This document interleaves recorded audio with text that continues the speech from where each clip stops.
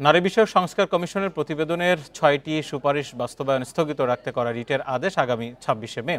সোমবার বিচারপতি ফাতেমা নজিব ও বিচারপতি শিকদার মাহমুদুর রাজির হাইকোর্ট বেঞ্চে শুনানি শেষে আদালত আদেশের জন্য এই দিন ধার্য করেছেন। গত ৪ মে সুপ্রিম কোর্টের আইনজীবী রওশন আলী এই রিট দায়ের করেন। তিনি বলেন, নারী বিষয়ক সংস্কার কমিশনের প্রতিবেদনের বিতর্কিত ও সাংঘর্ষিক বিষয়গুলো পর্যালোচনার জন্য বিশেষজ্ঞ কমিটি গঠনের নির্দেশনাও চাওয়া হয়েছে এই রিটে। এই ঈদে জামা জুতো অ্যাক্সেসরিজের ডিসকাউন্ট।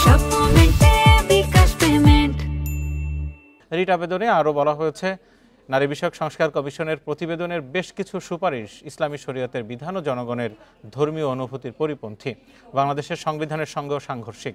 রিটে সংশ্লিষ্ট 3টি মন্ত্রণালয় ও নারী সংস্কার কমিশনের চেয়ারম্যানকে বিবাদী করা হয়েছে।